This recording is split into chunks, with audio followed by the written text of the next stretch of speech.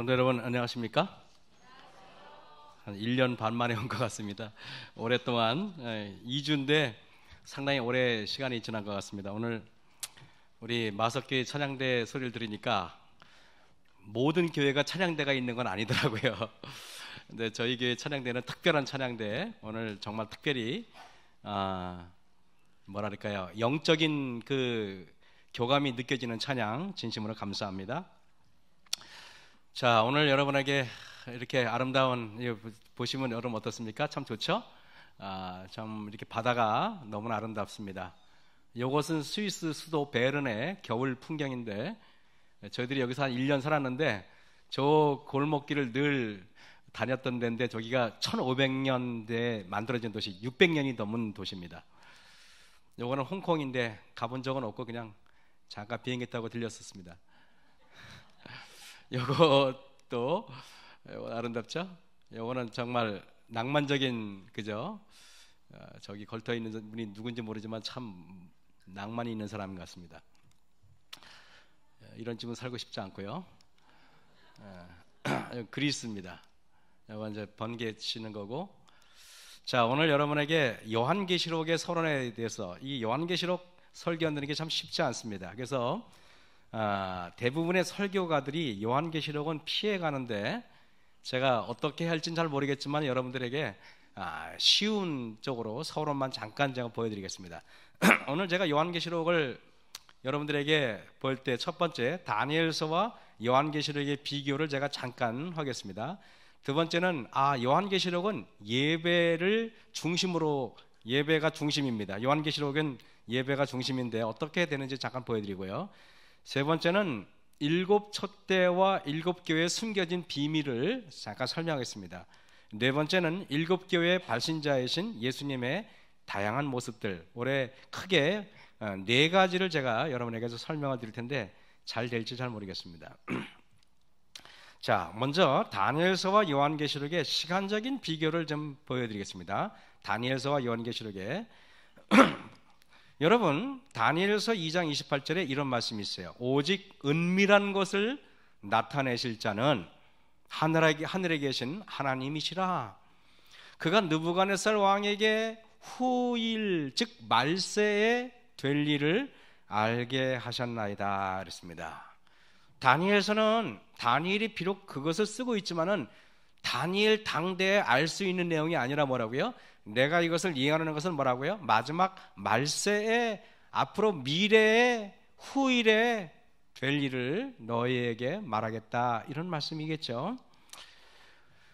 그래서 우리 여러분, 다니엘에게 먼 미래에 일어날 일이라고 천사는 말했기 때문에 다니엘이 이것을 아마 쉽게 알지는 못했을 것 같아요.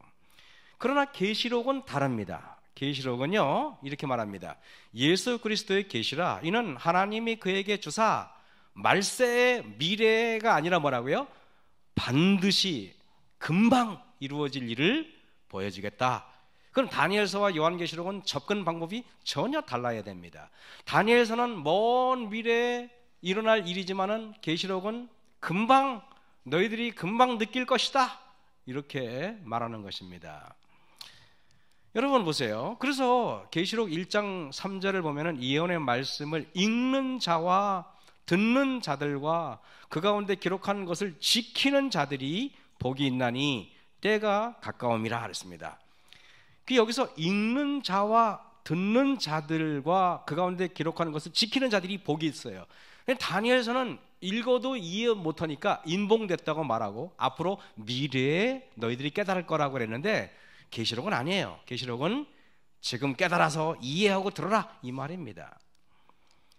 여러분, 그래서 다니엘 선지자는 자신이 예언하는 것들, 이 여러 예언들을 다 이해하고 기록하였을까요? 아니면은 이해하지 못하고 기록하였을까요? 여러분은 어떨 것 같습니까?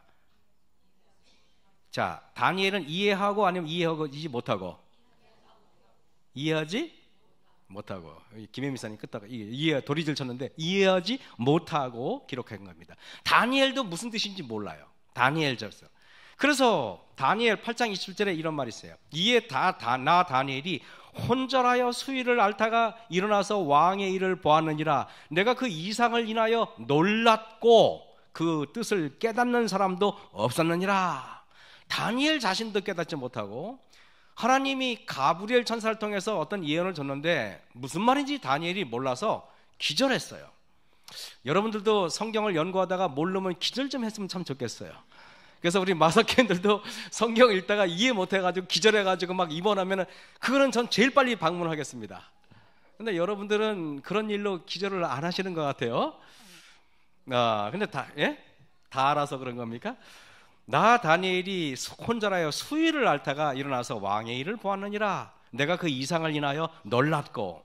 실제로 여러분, 반내연 목사님은요, 처음에 횡성에 있는 어떤 여관에서 이렇게 있다가 거기에 우리 교회 목사님, 그 목사님 성함이 뭐더라?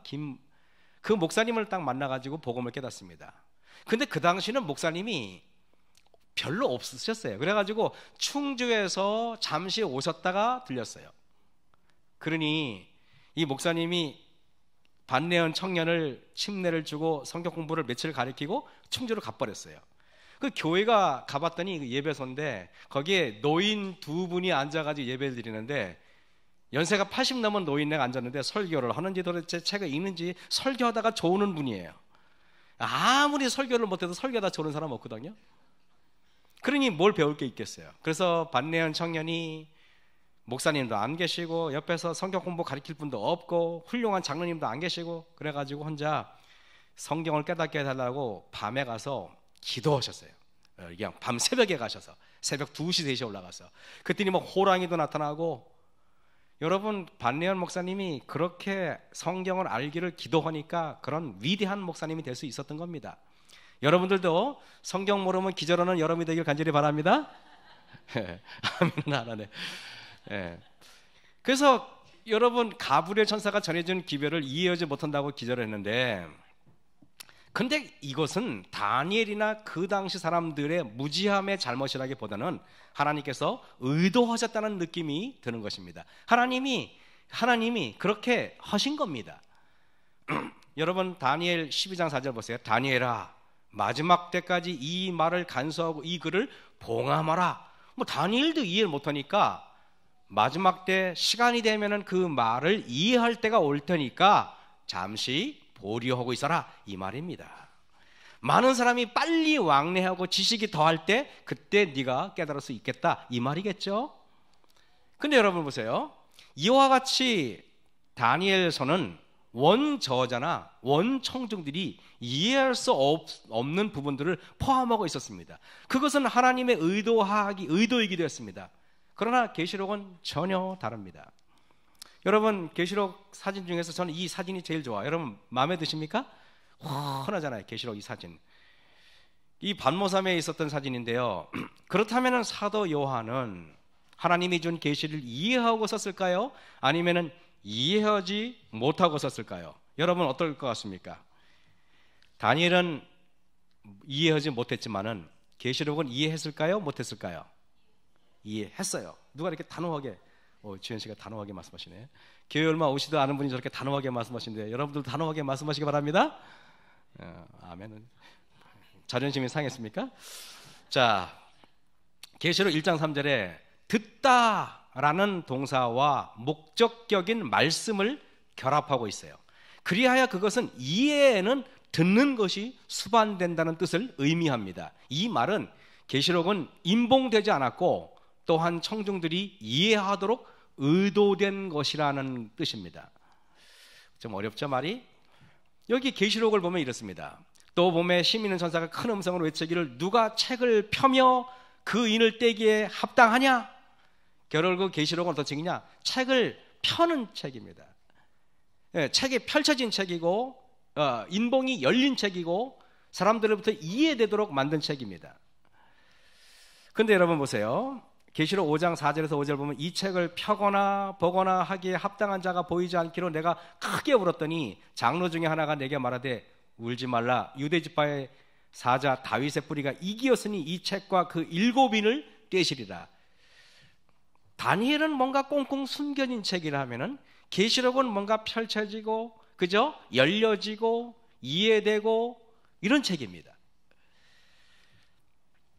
계시록 10장 2절에 그 손에 펴놓인 작은 책, 다니엘은 임봉됐지만은 계시록은 펴놓였고 공포된 책입니다. 요한계시록은 다니엘서와 근본적으로 완전히 다릅니다. 계시록의 모든 말씀은 열려있고 공개되고, 그래서 계시라는 뜻 자체가 열려있다는 뜻입니다. 계시되다, 펼쳐졌다라는 뜻입니다. 여러분, 그렇다면 다니엘은 영원히 그렇게 임봉되어야 되는 거 아닙니다. 지금 다니엘도 다 지금 펼쳐졌습니다. 다니엘과 계시록은 다 펼쳐진 책입니다. 현재는. 그리고 두 번째는 뭐냐면은, 여러분, 요한계시록은 희한하게 예배가 중심이 되는 책이 바로 요한계시록이에요. 다니엘, 요한계시록을 특별히 보면은 다 예배의 장면이 나와 있습니다. 계시록은 예배를 중심으로 전개되는데, 여러분, 예배는 주로 어디서 예배의 중심은 어디입니까? 뭐니 해도 성소입니다. 성소, 교회, 성소.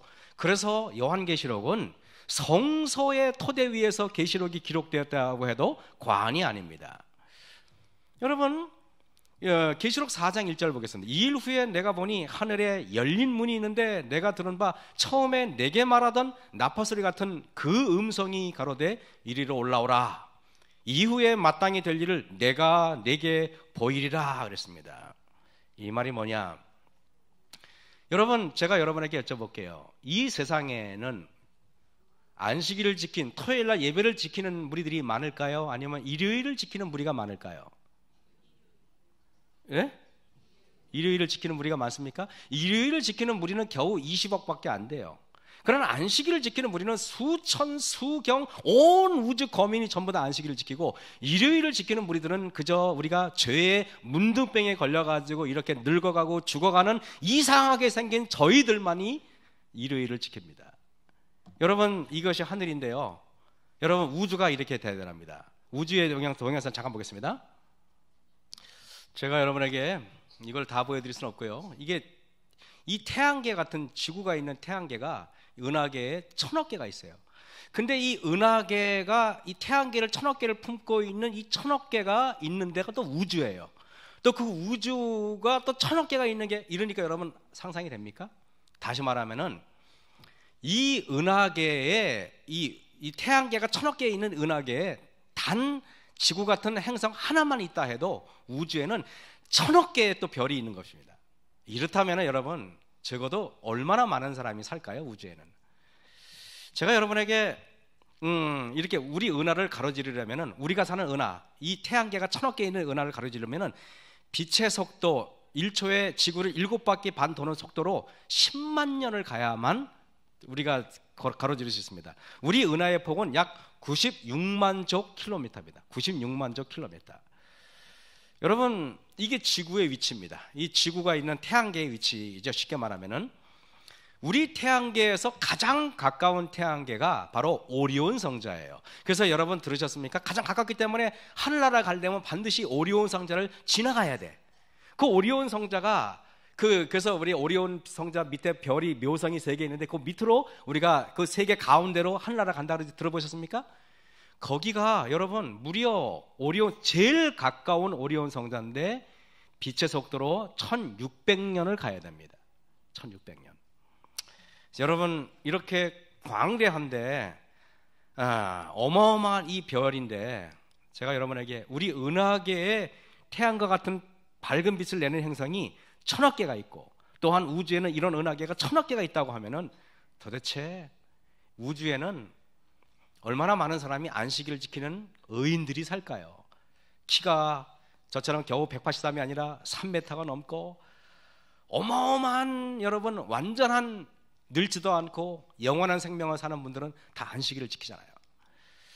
히브리서 12장에 이런 말이 있어요. 그러나 너희가 이런 곳은 시온산과 살아계신 하나님의 도성인 하늘의 예루살렘과, 하늘의 예루살렘이 지구가 아니에요. 하늘의 예루살렘과 장자들의 총회와, 장자들의 총회는 뭐냐면은, 장자들이라는 말은 뭐냐면 지구의 장자는 아담이었어요. 각 행성마다 그 장자들이 모여도 수천억이 모일 겁니다. 그 많은 사람이 뭐라고요? 안식일을 지키고 있어요. 교회와 만민의 심판자이신 하나님과 및 온전케 된 의인의 영들과. 그러니 여러분, 이런 좁아터진 마석 시내에서 우리가 그냥 복닥복닥 살 게 아니라 뜻을 크게 여기고 여러분 우주를 향하여 하나님의 뜻을 성취하는 여러분이 되길 간절히 바랍니다. 죄악의 문둥병 환자들이 거하는 이 지구에 약 20억 명 정도의 죽어가는 병자들이 일요일날 지키죠. 잘못된 알고. 그러나 우주 전체에는 수천억, 수조 아니 수경 헤아릴 수 없는 무리가 거룩한 안식일 지금 예배를 같이 드리고 있다는 것입니다. 여러분, 반모섬에 혼자 쓸쓸하게 예배드리던 사도 요한이 장엄한 한번 예배를 경험하는 장면을 한번 제가 말씀드릴게요. 어떤 목사님이 발령이 나서 어떤 교회를 딱 부임해 갔대요. 그래가지고 목사님이 여러분 그렇습니까? 그랬더니 단 한 사람이 아멘 그러더래요. 왜냐하면 청중은 단 한 사람밖에 없으니까. 그래서 여러분 그렇습니까? 했더니 그 밑에서 아멘 그러더래요. 그분이 누구냐면 사모님이에요. 목사님이 설교하고 사모님이 아멘하고 둘이 예배 드리는 것입니다. 근데 그 한 사람이 있으니까 다행이지 만약에 한 사람도 없었으면 어땠을까요? 그런데 반모섬에 유배간 저 연세 많으신 우리 사도 요한이 혼자 딱 반모섬의 바닷가에 있는데 얼마나 안식일이 됐는데 성도도 없고 눈물이 나는지 몰라요. 그래가지고 외롭게 이렇게 앉아 있는데 그 안식일 날 성도도 없고 찬미도 없고 우리 찬양대도 없고 장로님들도 안 계시고 아무도 없어요. 요한이 혼자 눈물을 흘리면서 이렇게 있는데 하나님께서 요한에게 뭐라고 말했냐면 요한아 하늘의 문을 열려놓고 이리로 올라와. 그래가지고 하늘 예배에 참석하게 되는 것입니다. 갔더니 세상에 수천억 수억 명의 우리 믿음의 형제들이 안식일을 지키고 있더라 이겁니다. 2일 후에 내가 보니 하늘에 열린 문이 있는데 내게 들은 바 처음에 내게 말하던 나팔소리 같은 그 음성이 가로되 이리로 올라오라. 그 후에 마땅히 될 일을 내가 내게 보이리라 그랬습니다. 여러분 여기 계시록 1장 10절에 보면은 주의 날에 내가 성령에 감동하여 내 뒤에서 나는 나팔소리 같은 큰 음성을 들으니 그렇습니다. 지금 이 말이 뭐냐면은 요한이 그 주의 날 안식일에 하나님의 음성 같이 예배를 드리는 것입니다. 나팔소리는 뭐냐면 아까 우리 여기 저 바이올린 저 첼로 그 저기 그 또 그 두 개밖에 없나? 이렇게 예배를 드리는데 하늘나라 가면 여러분 악기가 얼마나 많겠어요. 수십만 명으로 이루어진 찬양대가 소리를 부르는데 요한의 소리에는 나팔소리밖에 안 들리는 거예요.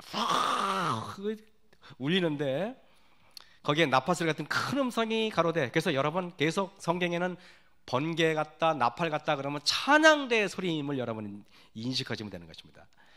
나팔소리 같은 큰 음성이 들으니 천사 한 명의 음성은요 나팔소리 같은 큰 음성 천사 한 명의 소리가 나팔소리 같이 커요. 그런데 만약에 하늘 거민들 목소리와 우리의 목소리는 같을까요? 우리 교회에서 누가 목소리 제일 좋습니까? 그 노래 제일 잘하는 분 중에 한 분이 여기 뭐 엄지사님도 계시고 여기 또 곽원실 지사님도 계시고 우리 김현미 지사님도 계시고 또 하은이도 있고 여럿이 있지만은 이분들 하늘에 올라가면은 명함도 못 내밉니다. 목소리라고 작아가지고 마이크 들고 이거 안 됩니다. 이분들 하늘에 올라가면은 취급도 못 받아. 예. 하늘나라의 거민들은 목소리가 얼마나 대단할까요? 여러분 하늘나라 보세요. 내가 보았는데 왕자가 너희고 옛적부터 항상 계시니가 좌정하셨는데 그 옷은 시기가 눈 같고 그 머리털은 깨끗한 양의 털 같고 하나님의 보좌는 불꽃이에요. 그 바퀴는 붙는 불이며 하나님의 보좌는 바퀴가 달려가지고 움직여요. 그 또 불이 강처럼 흘러나오며 그에게 수종하는 자는 천천히요. 천천이라는 말은 천 곱하기 천 100만 명을 말합니다. 하나님 옆에 수종하는 자는 천천히고 그 앞에 또 시위하는 자는 만만이며 만 곱하기 만은 1억 명이에요. 적어도 보좌의 중심에 몇 명의 천사들이 있다는 말입니까? 1억 명 이상의 천사들이 있어요. 1억 명이 예배를 드리면은 도대체 찬양자는 몇 명일까요?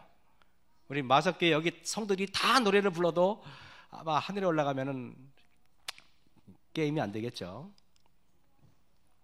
계시록 5장 11절에 내가 또 보고 들음에 보호자와 생물들과 장로들을 둘러싼 많은 천사의 음성이 있으니 그 수가 만만이요 천천이라.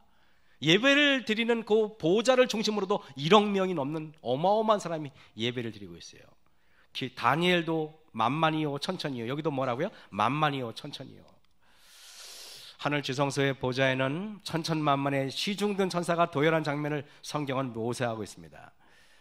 보좌로부터 번개와 음성과 뇌성이 나서 찬양대의 찬양 소리를 사도 요한은 표현할 방법이 없어요. 어마어마한 노래소리를 듣고 악기소리를 듣는데, 그래서 사도 요한이 뭐라고 쓰냐면은 번개와 음성과 뇌성이 나고 마치 천둥이 치는 것 같은 엄청난 소리가 들리는 것입니다. 여러분들도 하늘에 올라가면은 찬양대 하는데, 마석교에서 찬양대 열심히 해야지 하늘에 올라가도 끼워줍니다. 열심히 하시겠습니까? 신자론이 큰일 났습니다. 아멘 소리 보십시오.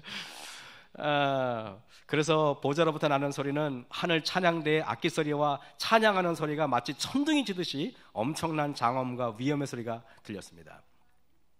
예수님께서 하나님 아버지와 성령 하나님과 더불어 시내산에 강림했습니다. 그때 하늘 찬양대와 하늘 모든 천사들이 같이 왔어요. 제3일 아침에 우레와 번개와 빽빽한 구름이 산 위에 있고 나팔소리가 심히 크니, 이 나팔소리는 무슨 소리예요? 찬양대의 악기 소리라니까요. 엄청난 음악이 진중, 여러분 하늘에 찬양대가 부르는데 거기 2000m 가까운 산 위에서 노래를 부르는데 밑에 있는 백성이 땅이 흔들려. 땅이 진동합니다. 나팔소리가 크니 뭐라고요? 진중 모든 백성이 다 떱니다. 시내산의 연기가 자욱하니 여호와께서 불 가운데서 거기 강림하심이라.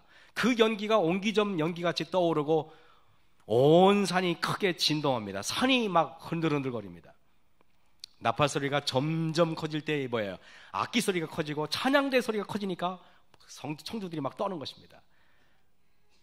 여러분, 이게 사진 중에서 자꾸 찾았는데 이게 있어요. 이게 지금 불이 난 게 아니고 시내산에서 하나님의 영광이 빛이 비치는 겁니다. 영광이 빛이 비치고 하나님께서 강림하셨어요. 거기서 천사들이 노래를 부르니까 그 노랫소리가 땅을 뒤흔드는 것입니다. 모세는 여러분 시내산 위에 올라가서 설교를 200만 명 앞에 설교를 해야 돼요. 200만 명 앞에 설교는 이런 낮은 강단은 되지 않습니다. 그래서 하나님이 모세야, 내가 너를 위해서 강단을 준비했다. 그 강단이 바로 시내산 200만 명을 위해 설교하려면 시내산 강단 정도는 돼야 되는 거예요. 그래서 거기서 모세가 하나님의 말씀을 선포하는데, 시내산에서 하나님께서 모세에게 주신 것이 무엇입니까? 설교문은 하나님이 주셨어요. 그 설교문은 바로 십계명이에요. 그래서 안식일 설교는 사실상 하나님의 십계명을 선포하는 것이 설교의 핵심인 것입니다.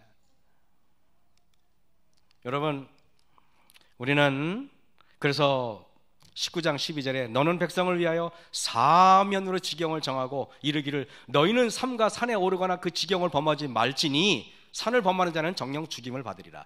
왜냐하면 단상은 하나님이 임재하는 곳이기 때문에 단상 위로 마음대로 올라와서는 안 되는 것입니다. 그래서 하나님께서 지경을 정해서 올라오지 못하게 해요. 여러분들도 자녀들이, 손자들이 아무리 귀여워도 단상 위로 마음대로 올라다니고 교회를 마음대로 돌아다니면 여러분들이 막으셔야 돼요. 그건 참남된 일이기 때문에, 하나님께서 금하시는 일이기 때문에 여러분들이 함부로 해서는 안 되는 것입니다. 여러분, 계시록에 이런 예배를 경험했던 사람이 한 명 있어요. 그 사람이 누구냐 하면은요, 바로 핸델입니다. 어느 날 낙심하고 빚으로 쪼들린, 그리고 사고로 반신불수가 된, 그래서 시리에 빠지고 낙담에 빠졌던 핸델에게 정확하게 1741년 8월 22일 핸델의 마음속에 하늘의 예배를 그가 경험하게 됩니다. 그의 마음속에 하늘 찬양대에 엄청난 영광이 보이기 시작하였고, 그는 정신없이 하늘에서 들었던 악보를 막 쓰기 시작하는 겁니다. 막 쓰기 시작합니다. 여러분, 이 핸델의 메시아라는 곡은 무려 몇 시간 동안 공연되냐면 2시간 41분 동안 진연돼요. 2시간 41분 동안 음악이 연주되면은 그 악보는 도대체 몇 장일까요? 뭐 책으로 한 권 될까요? 그거를 그는 쓰는데, 여러분, 정신없이 악보를 휘갈려 쓰던 그는 무려 24일 동안 물만 마시고 먹지도 않고 잠도 안 자고 24일 동안 마치 미친 사람처럼 악보를 휘갈게 쓰기 시작합니다. 24일 동안이나. 하늘 찬양대의 찬양을 따라 적기라도 하듯이 그가 마치 누가 들려준 것처럼 악보를 보여준 것처럼 막 받아쓰기 시작합니다. 그것이 바로 메시아라는 위대한 음악인데, 그가 영국 옆에 있는 아일랜드 더블린에서 초연했을 때 우연히 참석했던 아일랜드 국왕인 조지 2세는 메시아라는 곡 중에 하이라이트가 바로 할렐루야 하는 노래 있잖아요. 그게 됐을 때는 그가 갑자기 벌떡 일어나더니 자기도 모르게 그걸 따라하고 있었어요. 그랬더니 국왕이 일어나니까, 조지 2세가 일어나니까 모든 청중들이 다 일어나가지고 그 노래를 마치 홀린 듯이 그 노래를 부르기 시작했습니다. 그 노래를 한번 일부분만 제가 잠깐 보여드릴까요? 소리를 좀 더.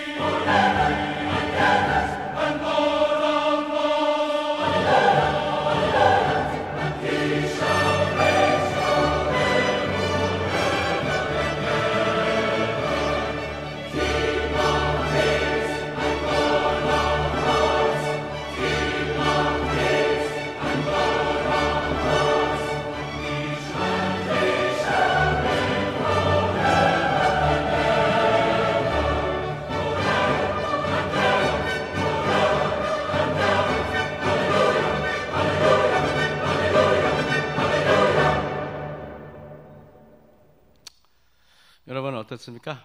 참 이게 핸델이 계시록에 나와 있는 하늘 예배를 경험한 다음에 그거를 그대로 그냥 찬양에 쓴 겁니다. 어쩌면은 그도 하나님의 어떤 영감의 계시를 받았을 것 같아요. 그죠? 하늘 장면의 웅장한 모습을 보여주었던 천사가 다시 요한을 지상의 어둠으로 이렇게 그를 인도하는 목적이 무엇입니까?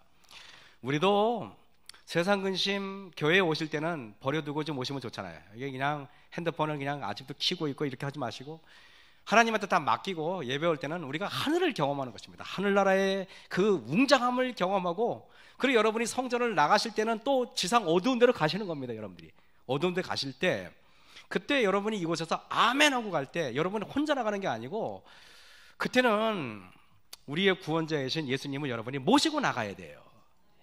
여러분 그렇게 하시겠습니까? 그것이 진정한 예배인 것입니다. 계시록과 4장 5장에서 천상 예배가 아멘으로 끝나고, 그리고 계시록 6장에 보면은 이 땅에서 기근, 질병, 고통, 전쟁과 여러 아픔들이 우리를 기다리고 있어요. 6장에 보면 계속 그렇게 나와 있어요. 그러나 만약에 하늘의 장면과 하늘의 위엄이 있고 엄청난 예배를 경험하지 못했더라면은 요한은 그 4장 5장 뒤에 나오는 기근과 질병과 아픔과 슬픔의 그런 이야기들을 감내하지 못했을 거라 같아요. 여러분들도 세상에 아무리 힘들고 어렵지만 교회에 와서는 하나님의 영광을 경험하고 하나님의 위대함을 경험하고, 밖에 나갈 때는 하나님을 모시고 나가서 그 영광과 위엄으로 여러분의 어려움을 극복하시는 저와 여러분이 되시길 간절히 바랍니다. 그래서 계시록에는요 이렇게 되어 있어요. 우리가 6장에 기근과 질병이 되고 7장에는 말하기를 이는 보좌 가운데 계신 어린 양이 저희의 목자가 되사 생명수 샘으로 인도하시고 그랬습니다. 여러분이 힘들 때 우리 주님이 생명수 샘으로 여러분을 인도하시고 여러분의 눈물을 닦아주시고 어두움 속에서 여러분의 밝은 빛이 되시겠다고 약속하신 것입니다. 7 촛대와 7 교회에 숨겨진 비밀들입니다. 저는 욕심이 많아서 100컷을 만들어는 다 할 수 있을지 모르겠습니다. 하나님께서 계시록 1장에 보면은 가로되 너 보는 것을 책에 써서 에베소, 서머나, 버가모, 두아디로, 사대, 빌라델피아, 라오디게아 7 교회에 보내라 하시기로 몸을 돌이켜 나더러 말한 음성을 알아보려고 하여 돌이킬 때 7 금촛대를 보았는데 그랬습니다. 촛대 사이에 인자 같은 이가 발에 끌리는 옷을 입고 가슴에 금띠를 띠고, 하나님이 7 촛대 사이를 예수님께서 이렇게 거니십니다. 그걸 요한이 지금 그 계시를 본 것입니다. 이 사진은 여러분의 이해를 돕기 위해서 얼마나 유용한지 몰라요. 그죠? 내 본 것은 내 오른손에 7 별의 비밀과 7 금촛대라. 7 별은 7 교회 사자요 7 촛대는 뭐라고요? 7 교회니라. 그럼 여러분들은 머릿속에 기억하셔야 됩니다. 7 촛대와 7 교회는 뭔가 같은 맥락에서 이해를 하셔라, 이 말이겠습니까? 그러면 제가 7 촛대를 보여주겠습니다. 7 촛대와 7 교회가 같은 것이라면은 동일한 숫자와 동일한 의미를 가지고 있는 동질성의 비밀을 한번 잠깐 제가 켜보겠습니다. 여러분, 7 촛대는 이렇게 생겼어요. 다양한 모양의 7 촛대가 있지만은 7 촛대는 이렇게 됐는데, 이 모양이 일반적인 모양입니다. 다양한 모양. 그런데 여러분 보시면은 제가 여기에 7 촛대를 이렇게 도식화하면은 이렇게 1번, 2번, 3번, 4번, 5번, 6번, 7번이라고 제가 일부러 번호를 적어 놓겠습니다. 그죠? 그래 놓고 7 교회와 7 촛대는 같다 그랬으니까 7 교회를 순서대로 한번 그냥 나열해 보겠습니다. 에베소 교회는 1번 교회고, 서마나 교회는 2번 교회고, 버가모 교회는 3번 교회고, 두아디라 교회는 4번 교회고, 사대 교회는 5번 교회고, 빌라델피아 교회는 6번 교회고, 라오디게아 교회는 7번째 교회입니다. 여러분 이해하셨죠? 7 교회는 7 촛대니라 그랬으니까. 거꾸로 말했나? 7 촛대는 7 교회니라 그랬으니까. 그렇다면 여러분 보세요. 가만히 보시면은 1번하고 6번하고 이렇게 연결되어 있어요. 맞습니까? 1번하고 6번하고 연결되어 있습니다. 네. 1번하고 7번. 휴가를 너무 오래 보냈어요, 제가. 너무 오랫동안 놀다 보니까 정신이 없네. 1번하고 7번하고 연결되어 있어요. 근데 놀랍게 에베소 교회와 라오디게 교회는요 비슷한 게 많아. 희한합니다. 이게 첫 번째 교회와 마지막 교회잖아요. 이거 보세요. 에베소 교회는 31년에서 100년, 서머나 라오디게 교회는 지금 예수님 재림 직전에 있는 지금 우리 시대의 교회입니다. 그런데 여러분 에베소 교회는 첫사랑을 잃어버렸다고 성경에 기록되어 있어요? 안 기록되어 있어요? 기록되어 있어요. 근데 라오디게아 교회도 첫사랑이 잃어버려가지고 뜨뜻미지근하기는 매 마찬가지 아닌가요? 눈먼지도 모르고 맨날 우리가 잘났다고 그렇게 살고 있지 않습니까? 그래서 라오디게아 교회는 뜨뜻미지근하고 율법주의의 위험에 빠져 있어요. 두 교회는 하나님으로부터 책망을 받는 것도 비슷하고 두 교회는 서로 평행적인 영적 수준을 가지고 있습니다. 그래서 에베소 교회와 라오디게아 교회를 비교해 보시면 어쩜 이렇게 닮았는지 여러분들 깜짝 놀라실 겁니다. 7촛대를 해서 힌트를 얻은 것입니다. 그리고 여러분 2번하고 6번 보면 또 연결되어 있어요? 안 연결되어 있어요? 연결되어 있죠? 2번하고 6번. 2번 서머나 교회와 6번 빌라델피아 교회는 놀랍게 서머나 교회는 100년에서 313년 그 세속화 시대의 교회고, 아니 뭡니까 그 핍박받을 때 박해 시대 교회고, 빌라델피아 교회는 바로 재림운동 시대 교회입니다. 근데 이 두 교회만 칭찬만 있고 책망이 없어요. 이 두 교회만. 희한합니다. 보통 서머나 교회하고 빌라델피아 교회는 예수님이 성경 요한계시록을 보면 알지만은 칭찬만 있고 절대 책망이 없어요. 두 개가. 그리고 여러분 3번하고 5번하고 연결되어 있습니까? 버가모 교회하고 사대 교회인데 이 두 교회를 보면은 배도한 교회인데요. 버가모 교회는 막 콘스탄티누스 황제가 기독교를 공인한 다음에 뭐 태양신하고 섞여가지고 뒤죽박죽 교회가 엉망진창이 됐을 때 버가모 교회인데, 사대 교회도 종교개혁한 다음에 반종교개혁이 일어나가지고 뒤죽박죽이 돼가지고 버가모 교회하고 사대 교회 보면요, 두 교회가 칭찬이라고는 전혀 없어. 이 두 교회는 책망밖에 없어요. 똑같습니다. 너무도 희한하지 않습니까? 그런데 여러분 유심히 보시면은 다른 건 다 짝이 있는데 두아드라 교회만 짝이 없어. 보셔도 그렇죠? 두아드라 교회만 짝이 없어요. 이 두아드라 교회만 짝이 없는 게 뭐냐면, 이 교회는 항상 세상의 중심인 척해. 세상의 중심인 걸 좋아해. 이 교회는 두아드라 교회인데 이게 바로 교황권 확립시대, 종교 암흑시대 교회인데, 이 교회는 다른 교회와 현저하게 다른 이유가 뭐냐면 교회가 아니니까 그런 거예요. 교회 흉내를 내지만 교회가 아니고, 이런 교회는 우주의 전무후무한, 이거는 사단의 중심이기 때문에 그런 것입니다. 이거를 몇 시간을 해야 되는데 이렇게 설교에 끝내려니까 참 어렵습니다. 그래서 여러분 눈치도 없고 그죠? 휴가 와서 감도 떨어진 것 같아. 에베소 교회 보면은 초대교회잖아요. 이 시대는 교회를 세우는 데 있어서 가장 중요한 것은, 교회를 처음에 개척하고 세울 때 제일 중요한 건 뭡니까? 건물입니까? 아니면 지도자입니까? 지도자예요. 그때 여러분 교회에 편지를 보내는 분이 누구예요? 1. 예수님, 2. 김일환 목사, 3. 모세, 4. 다니엘. 몇 번입니까? 예수님이죠. 그러면 여러분, 자, 내가 이제 예를 들면 우리 성도님 어떤 누구한테 편지를 보낼 때 그 편지를 보내는 사람은 그 교회에 합당한 기별을 줘야만 은혜를 받게 돼 있어요. 예를 들면은 김현미 목사님이 돈이 없어가지고 쩔쩔매는데 제가 편지를 보낼 때 이런 내용이 제일 기쁘겠죠. 집사님 힘내세요. 제가 기도해 줄게요. 라는 그거보다도 집사님 5천만 원 보낼 테니까 좀 쓰실래요? 그러면 집사님은 어떤 걸 더 기뻐할까요? 물론 집사님은 기도를 좋아하시겠죠. 무슨 말인지 알겠습니까? 다시 말하면은 발신자인 예수님이 초대교회가 필요한 모습으로 예수님은 나타나는 겁니다. 그래서 발신자에 볼까요? 에베소 교회 발신자이신 예수님은 어떤 모습으로 소개되냐? 계시록 2장 1절에 에베소 교회 사자에게 편지하기를 오른손에 7별을 붙잡고 7금 촛대를 다니시는 이가 가르쳤을 때, 예수님이 7별을 붙잡은, 별이 뭡니까? 7별은 지도자를 말하는 거예요. 그래서 완전한 영적인 지도자를 내가 갖고 있으니까 걱정하지 마, 이렇게 말하는 것입니다. 예수님 놀랍지 않습니까? 그럼 여러분 서머나 교회는 종교 박해 시대야. 이때 많은 사람이 목숨을 잃었어요. 이 시기에 여러분이 형장의 이슬로 사라질 때 예수님은 여러분한테 어떤 편지를 받으면 여러분이 은혜스럽겠습니까? 여러분이 예수님이 어떤 모습으로 여러분에게 나타나면 좋을 것 같아요? 어떤 모습으로? 돈을 많이 주는 예수님? 아니면 밥을 많이 주는 예수님? 아니면 부활이요 생명이신 예수님?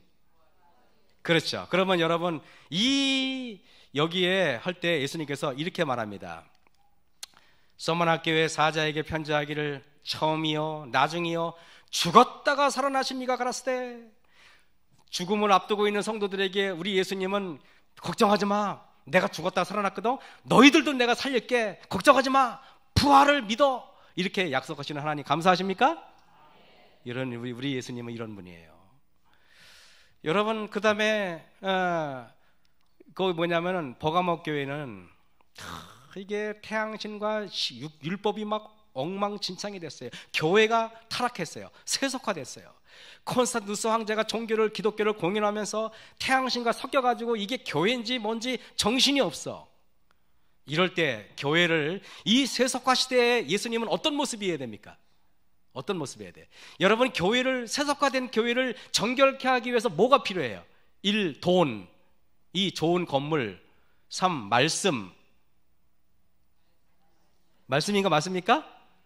그래서 여러분, 여기 보면은 버가모 교회 사자에게 편지하기를 좌우에 날선 검을 가진 이가 가라사대. 좌우에 날선 검이 뭐예요? 좌우에 하나님의 말씀은 살았고 운동력이 있어 좌우에 날선 검보다도. 그래서 버가모 교회는, 우리 예수님은 바로 말씀으로 나타나요. 날선 검, 내가 교회를 개혁하겠다, 이렇게 나타나신 겁니다. 참 놀랍지 않습니까? 그러면 여러분, 자, 두아디라 교회는 저렇게 새까맣게 암흑시대야. 종교 암흑시대. 세계사의 이 시대를 가리켜 모든 역사가들은 종교 암흑시대라고 말합니다. 정치, 종교, 과학, 철학, 예술 분야에 걸쳐서 가장 암울하고 어두웠던 시대가 바로 종교 암흑시대예요. 이때 예수님은 어떤 모습으로 나타났으면 좋겠어요? 어두울 때는 뭘로 나타나야 돼요?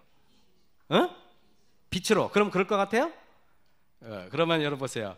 여기 보면은 두아디라 교회 사자에게 편지하기를 그 눈이 불꽃 같고 그 발이 빛난 주석과 같다. 예수님이 빛난 빛으로 나타나는 것입니다. 빛으로. 이 발신자는 이거 외울 필요가 없어요. 그냥 다 이해하면 되는 거예요. 어두울 때 우리 주님은 빛이 나타나고, 여러분이 목마를 때 우리 주님은 생수로 나타나세요. 여러분이 배고플 때 우리 주님은 내가 빵이다, 내가 생명의 떡이다, 우리 나타납니다. 여러분이 근심할 때 예수님은 두려워 말라, 내니 두려워 말라, 이렇게 말씀하세요. 그런 예수님을 모시는 이번 주 한 주가 되길 간절히 바랍니다. 여러분, 사대교회는 종교개혁시대인데, 종교개혁시대에는 정말 뭐가 필요할까요? 종교개혁시대는 어떤 게 필요할까요? 이거는 돈이 필요할까요? 아니면 부활이신 예수님이 필요할까요? 아니면 이거는 정말 영적인 성령 충만한 지도자가 필요할까요? 성령 충만한 지도자가 필요하겠죠. 그래서 사대교회에는 보면은 처음에 쯔빙글리나 루터나 칼빈, 이런 사람들, 수많은 개혁자들의 영향 아래 그 개혁은 사람들의 마음에 영향을 주었는데, 이때 계시록 3장 1절에 사대교회 사자에게 편지하기를 하나님의 7영과 7뼈를 가진 이가 가라사대. 하나님의 7영이 뭡니까? 성령, 완전한 성령과 완전한 지도자를 갖고 있겠다, 걱정하지 마라, 그 소리입니다. 놀랍지 않습니까? 필라델피아 교회는 재림운동 시대예요. 재림운동 시대는 뭡니까? 재림이 뭐예요? 하늘 가는 비밀의 열쇠를 발견할 수 있는 책이, 여러분 어느 책을 보겠습니까? 하늘의 비밀을 보기 위해서 1. 삼국지, 2. 수어지, 3. 다니엘과 계시록. 몇 번입니까? 그걸 틀린 적이 없네. 역시 우리 마석교회는 훌륭합니다. 여러분 보세요. 필라델피아 교회 사자에게 편지하기를 거룩하고 진실하사 다윗의 열쇠를 가지신 이 재림운동 시대는 다니엘과 계시록을 연구함으로 이루어진 운동이에요. 이 다니엘과 요한계시록은 하늘 가는 열쇠, 다윗의 열쇠를 여러분에게 주시겠다 그러는데, 다니엘과 요한계시록을 연구하면 여러분 하늘의 열쇠를 받으실 겁니다. 그걸 받으시길 간절히 바랍니다. 백화점에서 제가 말이 빨라진 겁니다. 이제 나이가 들어서 빨리지도 않는데 빨리 하려니까 바쁘네. 그 다음에 라오디게아 교회잖아요. 이 시대는 예수님 재림 직전입니다. 조사심판 시대예요.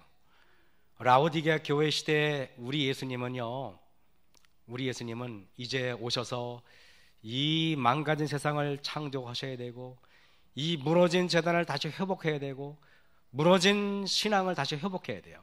그래서 예수님은 라오디게 교회 사자에게 편지하기를 아멘이시오 충성되고 참된 증인이시오 하나님의 창조의 근본이신가 가르칠 때 우리 주님께서 오셔서 다시 재창조하셔야 됩니다. 더러운 하늘 새 하늘로 바꿔야 됩니다. 더러운 땅 새 땅으로 바꿔야 됩니다. 창조의 근본이신 이 그분이 되어야 되는 것입니다. 이렇게 제가 요한계시록은 이 책은 우리 하나님께서 우리에게 주신 생명책이고 다윗의 열쇠고 우리에게 귀중한 책입니다. 아무쪼록 이 책을 통하여 예수님의 구원의 은혜를 간절히 경험하시는 저와 여러분이 되길 바라면서 말씀을 마치겠습니다.